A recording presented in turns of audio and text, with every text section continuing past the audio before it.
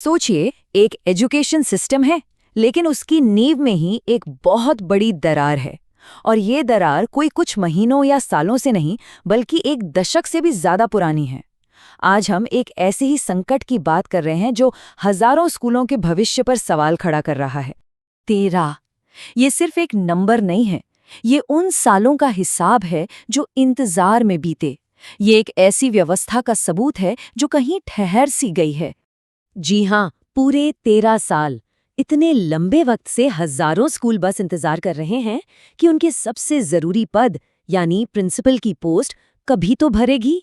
मतलब एक पूरी की पूरी जनरेशन ने अपनी स्कूलिंग बिना किसी परमानेंट लीडरशिप के पूरी कर ली। तो चलिए इस मामले को थोड़ा और गहराई से समझते हैं। ये जो लीडरशिप की कमी है, ये असल में कितनी बड़ी है? जो आंकड़े सामने आए हैं वो सच में चौंकाने वाले हैं। आपको जानकर हैरानी होगी कि एक राज्य के एडेड सेकेंडरी स्कूलों में आधे से ज्यादा, मतलब 55% से भी ज्यादा प्रिंसिपल्स की पोस्ट खाली पड़ी हैं। ये कोई छोटी मोटी कमी नहीं है, ये एक बहुत बड़ा संकट है। और अगर इसी परसेंटेज को हम असल नंबर्स में देखें तो तस्वीर और भी साफ हो जाती है। कुल 2505 प्रिंसिपल और हेडमास्टर के पद खाली हैं। इसका सीधा सा मतलब है कि 2505 स्कूल बिना किसी स्थायी मुखिया के चल रहे हैं। लेकिन सवाल ये है कि हम इस हाल तक पहुंचे कैसे? जाहिर है, ये सब एक रात में तो नहीं हुआ। ये कहानी है एक दशक से भी लंबे एडमिनिस्ट्रेटिव ठहराव की। आइए इसकी टाइमलाइन पर एक नज़र डालते हैं। तो देखिए, ये कहानी शुरू होती है 2013 में, जब भर्ती की एक प्रक्रिया शुरू हुई थी। लेकिन फिर लगभग 9 साल की एक लंबी खामोशी छा गई। जब आखिरकार 2022 में रिजल्ट्स आए तो एक उम्मीद जगी, पर वो उम्मीद भी कुछ ही महीनों में टूट गई, जब फरवरी 2023 में एक अदालती फैसले ने पूरी की पूरी प्रक्रिया को ही रद्द कर दिया। अब कोर्ट के इस फैसले का जो असर हुआ वो बहुत ही बुरा था। इसने एक पहले से बिगड़ी हुई सिचुएशन को और भी ज्यादा बिगाड़ दिया।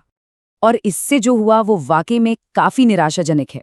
सोचकर देखिए, करीब 150 लोगों ने तो प्रिंसिपल बनकर ज्वाइन भी कर लिया था। वो अपनी नई जिम्मेदारी संभाल ही रहे थे कि कोर्ट का फैसला आ गया। और नतीजा, 400 से ज्यादा पद जो भरने ही वाले थे वो एक झटके में फिर से खाली हो गए। अब ये तो हुई कागजी और कानूनी बातें, लेकिन इसका जमीन पर असल में क्या असर हो रहा है? उन स्कूलों पर, टीचर्स पर और सबसे जरूरी स्टूडेंट्स पर क्या बीत रही है?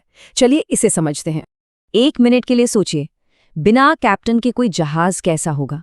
एक स्कूल की हालत भी बिना प्रिंसिपल के कुछ वैसी ही हो जाती है, दिशाहीन। देखिए, जब कोई लीडर नहीं होता तो स्कूल का पूरा ढांचा ही चरमराने लगता है। स्कूल का एडमिनिस्ट्रेशन ठप पड़ जाता है। लेकिन असर इससे कहीं ज्यादा गहरा है। टीचर्स को गाइड करने वाला, उन्हें सपोर्ट करने वाला कोई नहीं होता, जिससे उनका मोराल डाउन होता है। नई टीचिंग मेथड कौन लागू करेगा, साल भर की पढ़ाई का प्लान कौन बनाएगा, इन सब सवालों का कोई जवाब नहीं होता।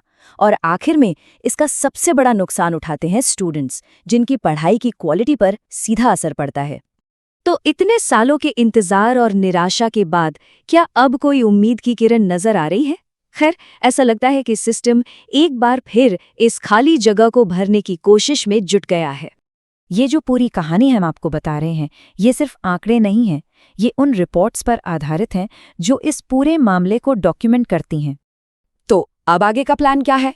देखिए, प्लान कुछ ऐसा है। एजुकेशन डिपार्टमेंट ने खाली पोस्ट्स की सारी डिटेल जमा कर ली है। अब जिम्मेदारी है सिलेक्शन बोर्ड की, जो एक नई ऑनलाइन भर्ती प्रक्रिया शुरू करने की तैयारी में है। उम्मीद यही है कि टेक्नोलॉजी का इस्तेमाल करने से इस बार प्रोसेस तेज और ज्यादा ट्रांसपेरेंट होगा।